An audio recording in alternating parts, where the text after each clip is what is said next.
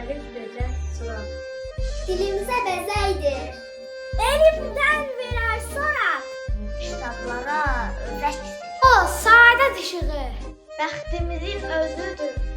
Sabahın yaraşığı. Xoş həyatın gözüdür.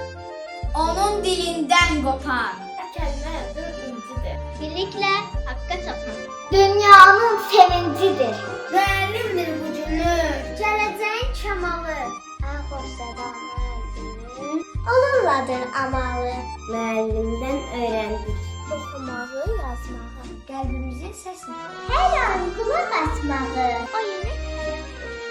Hər kəlmə, hər söz. Yerin göyün sirrini. Odur öylədən bizə. Gəlin alqış deyək dostlar rəkdən əsl müəllim tək yaşayanlara.